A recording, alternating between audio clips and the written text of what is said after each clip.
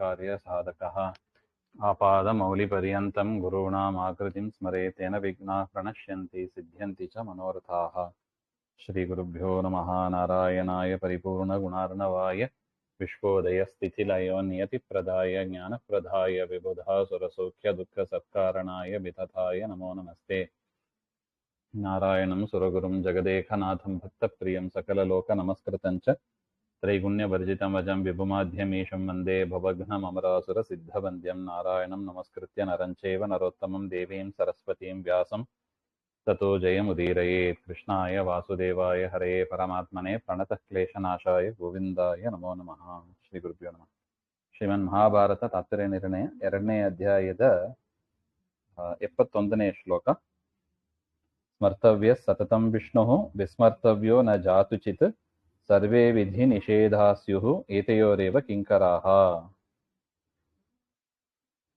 ವಿಷ್ಣುಸ್ಮರಣಾಸ್ಮರಣಾಭ್ಯಾಮಪಿ ಸರ್ವವಿಧಿ ನಿಷೇಧ ಸಿದ್ಧಿಃ ವಿಷ್ಣು ಸರ್ವೋತ್ತಮಃ ಇತ್ಯರ್ಥ ಪ್ರತಿಪಾದಕಂ ವಚನಂ ಪಠತಿ.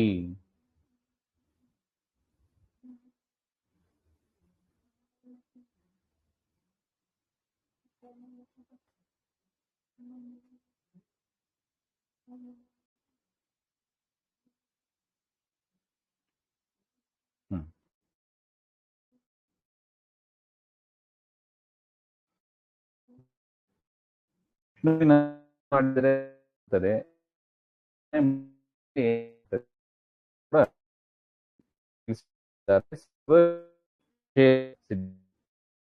ಆತ್ಮ ಎಲ್ಲವೂ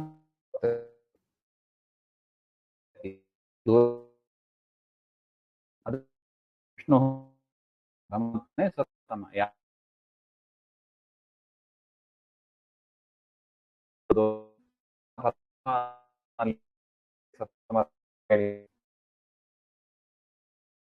ಅದಕ್ಕಾಗಿ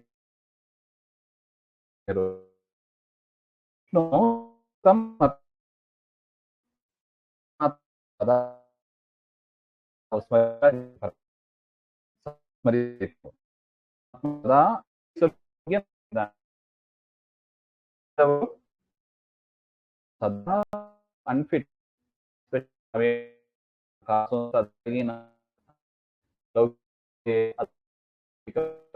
ಇದರ ಬೆನ್ನಿವಿ ಅವೆಲ್ಲ ಏನು ಸ್ಮರ್ತ ಯಾರು ಅನ್ಫಿಟ್ ಅಂತ ಹೇಳ್ತಿದ್ದ.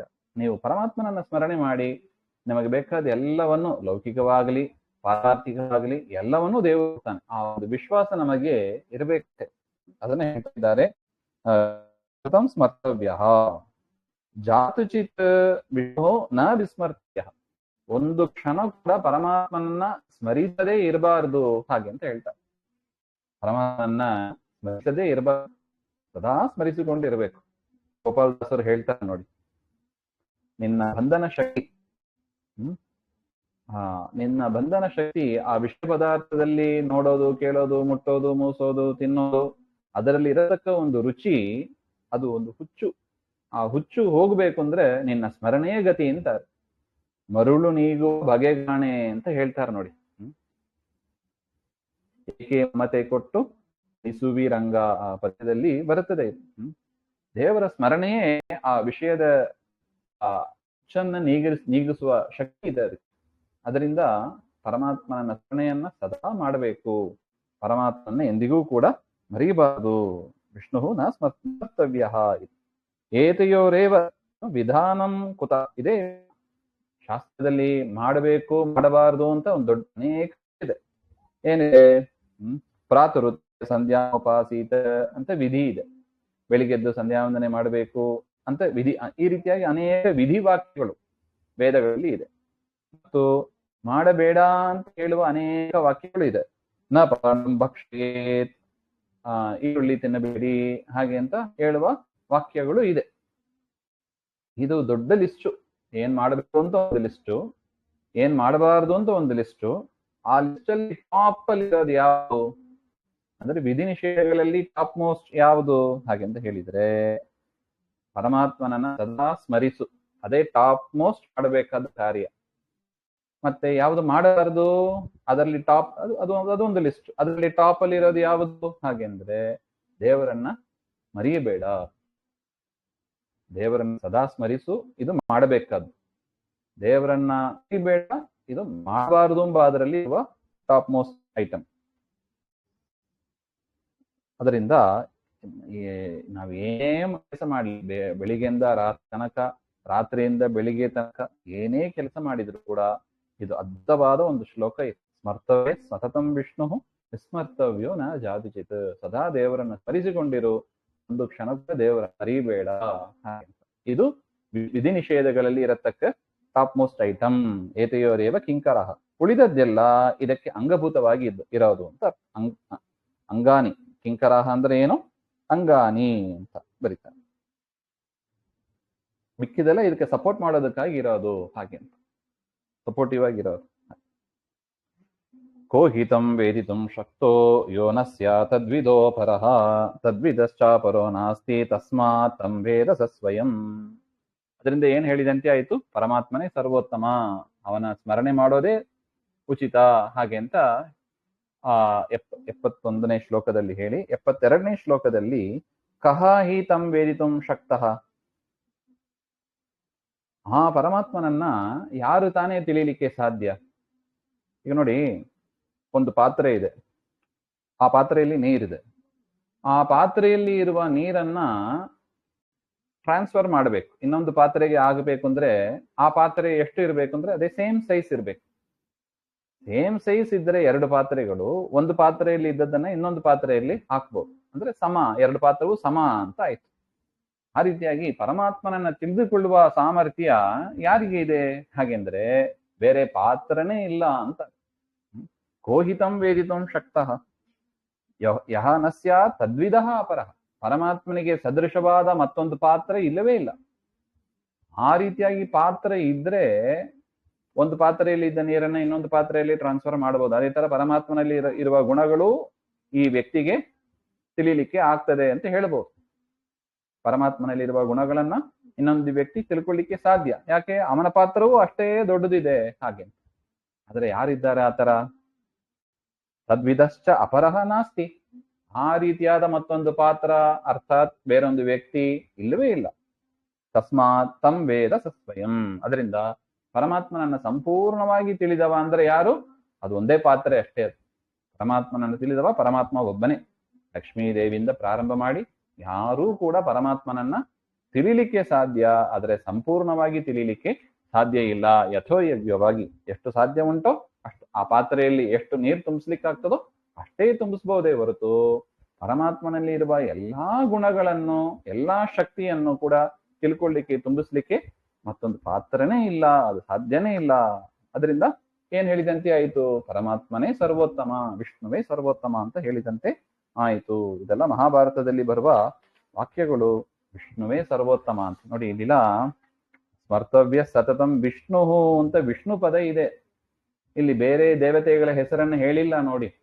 ಅದರಿಂದ ಮಹಾಭಾರತದ ವಿಚಾರ, ಮಹಾಭಾರತದ ಉದ್ದೇಶ ಏನು? ವಿಷ್ಣುವನ್ನೇ ಹೇಳ್ಬೇಕು ನೋಡಿ. ಇಲ್ಲೂ ಕೂಡ ಅಷ್ಟೇ.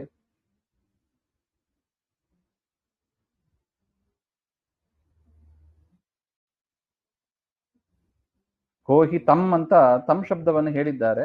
ಇಲ್ಲಿ ಅಪರಹ ಅಂದ್ರೆ ಬ್ರಹ್ಮಾದಿಹಿ ಅಂತ ಹೇಳಿದ್ದಾರೆ. ಅದರಿಂದ ಪರಮಾತ್ಮನಿಗೆ ಸದೃಶವಾದ ಬೇರೆ ಒಂದು ಪಾತ್ರ ಬ್ರಹ್ಮಾದಿಗಳು ಯಾರೂ ಕೂಡ ಇಲ್ಲ, ಹಾಗೆ ಅಂತ ಅದನ್ನು ಕೂಡ ಇಲ್ಲಿ ಹೇಳಿದ್ದಾರೆ, ಹಾಗೆ ಅಂತ.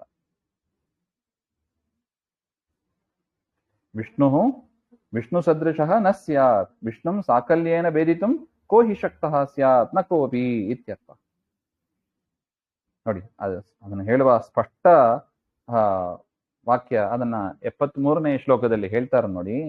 ಕೋಹಿತಂ ವೇದಿತುಂ ಶಕ್ತೋ ನಾರಾಯಣಮನಾಮಯಂ ವೃತೆ ಸತ್ಯವತಿ ಸೂನೋಃ ಕೃಷ್ಣಾದ್ವಾ ದೇವಕೀ ಸುತಾತ್.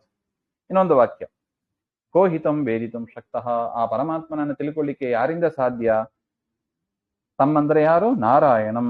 ಆ ನಾರಾಯಣನನ್ನ ಸ್ಪಷ್ಟ ನಾರಾಯಣ ಶಬ್ದ ಇದೆ ನೋಡಿ. ಬೇರೆ ದೇವತೆಗಳ ಪದ ಇಲ್ಲವೇ ಇಲ್ಲ. ಆ ನಾರಾಯಣನ ತಿಳ್ಕೊಳ್ಳಿಕ್ಕೆ ಯಾರಿಂದ ಸಾಧ್ಯ? ಬ್ರಹ್ಮಾದಿ ಯಾರಿಂದಲೂ ಸಾಧ್ಯ ಇಲ್ಲ. ವೃತೆ ಸತ್ಯವತಿ ಸೂನೋಃ. ಸತ್ಯವತಿಯ ಮಗನಾಗಿ ಆ ನಾರಾಯಣ ಅವತಾರ ಮಾಡಿದಲ್ಲ ಯಾರು? ವೇದವ್ಯಾಸರು. ಆ ವೇದವ್ಯಾಸರು ತಿಳಿತಾರೆ. ಇನ್ನು ದೇವಕಿ ಸುತ, ದೇವಕಿಯ ಮಗನಾಗಿ ಅವತಾರ ಮಾಡಿದ ಕೃಷ್ಣ ಪರಮಾತ್ಮ ತಿಳಿತಾನೆ. ಅದರಿಂದ ದೇವರಿಗೆ ಸದೃಶವಾದ, ದೇವರಿಗೆ ಸಮನಾದ ಪಾತ್ರ ಅಂದ್ರೆ ಯಾರು? ದೇವರೇ ಆಗಬೇಕು. ಯಾಕಂದ್ರೆ ನಾರಾಯಣನ ರೂಪವೇ ವೇದವ್ಯಾಸ ಮತ್ತು ಕೃಷ್ಣ. ಹಾಗೆ ಅದರಿಂದ ದೇವರನ್ನ ತಿಳ್ಕೊಳ್ಳಿಕ್ಕೆ, ಅವನ ಶಕ್ತಿಯನ್ನ ತಿಳ್ಕೊಳ್ಳಿಕ್ಕೆ ಬೇರೆ ಯಾರಿಂದಲೂ ಸಾಧ್ಯ ಇಲ್ಲ, ಅವನಿಗೆ ಸಾಧ್ಯ ಇದು. ಹಾಗೆ ಅಪ್ರಮೇಯೋ ಅನಿಯೋಜ್ಯಶ್ಚ ಸ್ವಯಂ ಕಾಮಗಮೋ ವಶೀ ಮೋದತ್ಯೇಷ ಸದಾ ಭೂತೈಃ ಬಾಲ ಕ್ರೀಡನಕೈರಿವ. ಅಪ್ರಮೇಯಃ ಅನಿಯೋಜ್ಯಃ ಚ ಸ್ವಯಂ ಕಾಮಗಮಃ ವಶೀ ಮೋದಯತಿ ಏಷಃ ಸದಾ ಭೂತೈಃ ಬಾಲಃ ಕ್ರೀಡನಕೈಃ ಇವ. ಅಪ್ರಮೇಯ ಸರ್ವಗುಣಪೂರ್ಣತ್ವ ಸರ್ವೋತ್ತಮತ್ವಾದಿಕಂ ಆಹ ಹಾಗೆಂತ ಹೇಳ್ತಾರೆ. ಪರಮಾತ್ಮ ಸ್ವತಂತ್ರಾಂಬಾದನ ತಿಳಿಸಿಕೊಡುವ ವಾಕ್ಯ ಇದು. ಪರಮಾತ್ಮ ಏನಾಗಿದ್ದಾನೆ? ಅಪ್ರಮೇಯ ಅಂದ್ರೆ ಅಚಿಂತ್ಯ ಮಹಿಮತ್ವಾದಿಕಮೇವ, ಅಚಿಂತ್ಯವಾದ ಮಹಿಮೆ ಉಳ್ಳವ ಅಂತ. ದೇವರ ಮಹಿಮೆ ಸಂಪೂರ್ಣ ತಿಳಿಯಲು ಸಾಧ್ಯ ಇಲ್ಲ, ಸ್ವಲ್ಪ ಮಟ್ಟಿಗೆ ಚಿಂತನೆ ಮಾಡಲಿಕ್ಕೆ ಸಾಧ್ಯ. ಅನಿಯೋಜ್ಯ, ನಿಯೋಜ್ಯ ಅಂದ್ರೆ ಪ್ರೇರಣೆ ಮಾಡೋದು, ಇನ್ನೊಬ್ಬರನ್ನ ಪ್ರೇರಣೆ ಮಾಡಿಸಿಕೊಳ್ಳೋದು ಅಂತ ಅರ್ಥ. ಈಗ ನಾವೆಲ್ಲ ನಮ್ಮ ಹಿರಿಯರಿಂದ ನಿಯೋಜ್ಯರು, ಹೀಗೆ ಮಾಡು ಹಾಗೆ ಮಾಡು ಅಂತ ದೊಡ್ಡವರು ನಮಗೆ ಆದೇಶ ಮಾಡ್ತಾರೆ. ಅದರಿಂದ ನಾವು ನಿಯೋಜ್ಯರು, ದೇವರಿಗೆ ಆ ರೀತಿಯಾಗಿ ಆಜ್ಞೆ ಮಾಡುವವರಂತೂ ಯಾರು ಇಲ್ಲ. ಅದರಿಂದ ಪರಮಾತ್ಮ ಅನಿಯೋಜ್ಯ, ನಿಯೋಜಯಿತು ನ ಯೋಗ್ಯ ಅಂತ.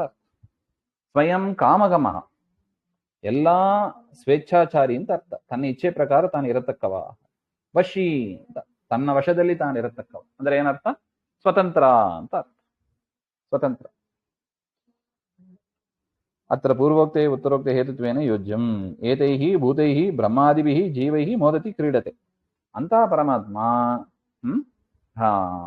ಭೂತೈಃ ಹಾಗೆಂದ್ರೆ ಬ್ರಹ್ಮಾದಿ ಜೀವರಿಂದ ಸಹಿತನಾಗಿ ಅವನು ಲೀಲೆಗಳನ್ನು ಮಾಡ್ತಾ ಆನಂದ ಪಡ್ತಾನೆ, ಆನಂದಮಯನಾಗಿ ಇದ್ದಾನೆ. ಹಾಗೆ ಕೈಹೀವ ಕ್ರೀಡನಹೀಹಿ ಪುತ್ತಲಿಕಾಭಿಹಿ ಬಾಲಹ ಇವ. ಹೇಗೆ ಗೊಂಬೆಗಳನ್ನು ಎತ್ತುಕೊಂಡು ಮಕ್ಕಳು ಆಟ ಆಡುತ್ತಾರೆ, ಸಂತೋಷ ಪಡ್ತಾರೆ, ಅದೇ ತರ ಬ್ರಹ್ಮಾದಿಗಳು ಗೊಂಬೆಗಳ ಸ್ಥಾನ, ಪರಮಾತ್ಮ ಆ ಬಾಲಕನ ಸ್ಥಾನ. ಹೇಗೆ ಬಾಲಕರು ಗೊಂಬೆಗಳನ್ನು ಇಟ್ಕೊಂಡು ಆಡಿ ಸಂತೋಷ ಪಡ್ತಾರೆ, ಅದೇ ತರ ಪರಮಾತ್ಮ ಬ್ರಹ್ಮಾದಿಗಳನ್ನು ಇಟ್ಟುಕೊಂಡು ಆಡಿ ಸಂತೋಷ ಪಡ್ತಾನೆ. ಹಾಗೆ ಅಂತ ಅರ್ಥ. ಅಂದ್ರೆ ಬ್ರಹ್ಮಾದಿಗಳಿಂದಲೇ ದೇವರಿಗೆ ಆನಂದ, ಆ ರೀತಿಯಾಗಿ ನಾವು ತಪ್ಪು ತಿಳಿಯಬಾರ್ದಿಲ್ಲ. ಒಟ್ಟ ಅರ್ಥ ಇಷ್ಟೇ, ಎಲ್ಲ ಬ್ರಹ್ಮಾದಿ ಸಕಲರೂ ಕೂಡ ಅವನ ಅಧೀನದಲ್ಲಿ ಇದ್ದಾರೆ, ಅವನ ನಿಯೋಜನೆಗೆ, ಅವನ ಆಜ್ಞೆಗೆ ಒಳಪಟ್ಟಿದ್ದಾರೆ ಅಂತ ಅಷ್ಟೇ ಅರ್ಥ ಇಲ್ಲ. ಪರಮಾತ್ಮ ಸ್ವರಮಣ ಅದನ್ನು ಹೇಳಿದ್ದಾರೆ.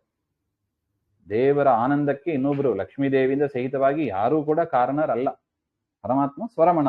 ಹಾಗೆ ನ ಪ್ರಮಾತುಂ ಮಹಾಬಾಹು ಶಕ್ಯೋ ಯಂ ಮಧುಸೂದನಃ ಪರಮಾತ್ ಪರಮೇ ತಸ್ಮಾತ್ ವಿಶ್ವರೂಪಾನ್ನ ವಿದ್ಯತೆ.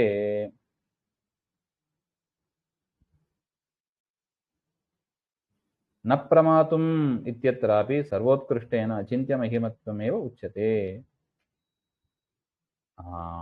ಈ ಶ್ಲೋಕದಲ್ಲೂ ಕೂಡ ಪರಮಾತ್ಮ ಅಚಿಂತ್ಯ ಮಹಿಮೆ ಉಳ್ಳವ ಅಂತಾನೆ ಹೇಳ್ತಾರೆ. ಪ್ರಮಾತುಂ ಸ್ವಪ್ರಮಾಯಾಹ ವಿಷೀಕರ್ತುಂ ವಿಶ್ವರೂಪಾತ್ ಪರಿಪೂರ್ಣ ರೂಪಾತ್ ಅಂತ ಹೇಳ್ತಾರೆ. ಅಂದ್ರೆ ಪರಮಾತ್ಮನನ್ನ ಸಂಪೂರ್ಣವಾಗಿ ತಿಳಿಯಲು ಕೂಡ ಯಾರಿಂದಲೂ ಕೂಡ ಸಾಧ್ಯ ಇಲ್ಲ. ನ ಪ್ರಮಾತುಂ ಮಹಾಬಾಹು ಶಕ್ಯ ಎಂ ಮಧುಸೂದನ. ಈ ಮಧುಸೂದನನನ್ನ ನೋಡಿ, ವೈಶಾಖ ಮಧುಸೂದನ, ಆ ಪರಮಾತ್ಮನನ್ನ ಯಾರೂ ಕೂಡ ತಿಳಿಲಿಕ್ಕೆ ಸಾಧ್ಯ ಇಲ್ಲ. ಹಾಗೆ ಪರಮಾತ್ ಪರಮೇ ತಸ್ಮಾತ್ ವಿಶ್ವರೂಪ ನ ವಿದ್ಯತೆ ಅಂತ. ಪರಮಾತ್ಮನಿಗಿಂತ ಉತ್ತಮರಾದವರು, ಸರ್ವೋತ್ಕೃಷ್ಟರಾದವರು ಯಾರೂ ಕೂಡ ಇಲ್ಲ. ಹಾಗೆ ಅಂತ ಉತ್ಕೃಷ್ಟನಾದ ಪರಮಾತ್ಮನಿಗಿಂತ ಉತ್ತಮರಾದವರು ಯಾರು ಇಲ್ಲ, ಅಂದ್ರೆ ಪರಮಾತ್ಮನೇ ಸರ್ವೋತ್ತಮ ಹಾಗೆಂಬ ವಿಚಾರ ಮಹಾಭಾರತದಲ್ಲಿ ಸ್ಪಷ್ಟ ಇದೆ. ಹಾಗೆ ಮುಂದಿನ ವಿಚಾರ ಮತ್ತೆ ನೋಡೋಣ. ಶ್ರೀಮಧ್ವಾಂತರ್ಗತ ಶ್ರೀಕೃಷ್ಣ ಅರ್ಪಣ ಶ್ರೀ ಹರೆಯೇನು.